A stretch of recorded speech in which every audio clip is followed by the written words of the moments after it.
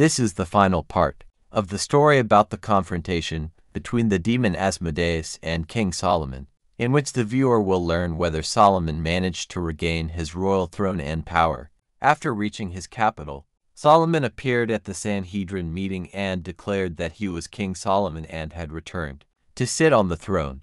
The Sanhedrin members laughed at the fool and ordered him to be taken out of the palace.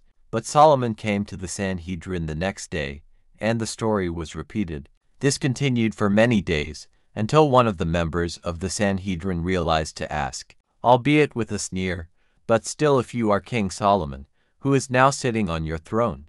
"It is Asmodeus, the prince of darkness, the lord of demons." Solomon answered and began to tell the whole story from beginning to end, how he had instructed Vania to capture Asmodeus, how he had taken him to Jerusalem, how Asmodeus had told him about the worm Shamir, how after that he, Solomon, had put him in a tent in a far corner of his park, and how Asmodeus had persuaded him to take off the ring and untie the chain.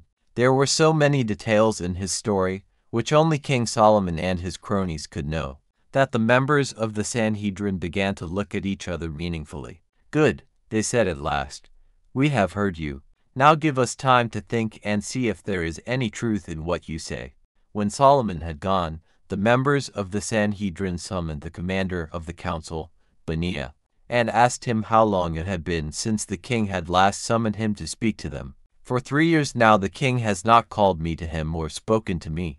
And it is all the more surprising because before there was not a day when the king did not call me for advice or any errand."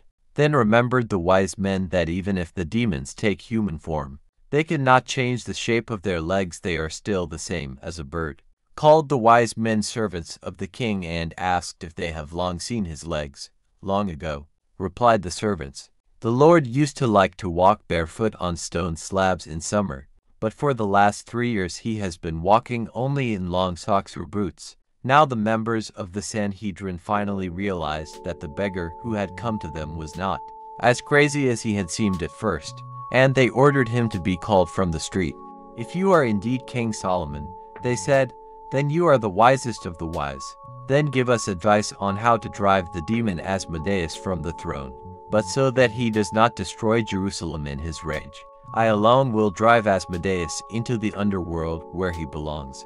But only prepare for me a chain and a ring with the name of the Most High inscribed on it." Solomon answered. When his request was fulfilled the next day, Solomon put the ring on his finger and entered the throne room with an escort. As soon as the demon Asmodeus saw the chain and the ring, he roared with a thunderous voice of horror. Then a great rumble shook the palace. Acrid smoke covered the throne room, and when the smoke cleared, Asmodeus was gone.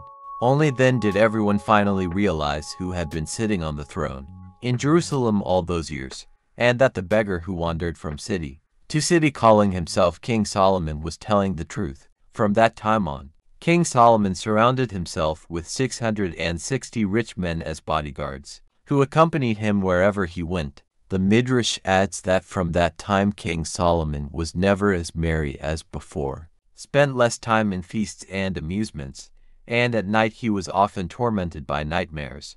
Evil will always triumph because good is done.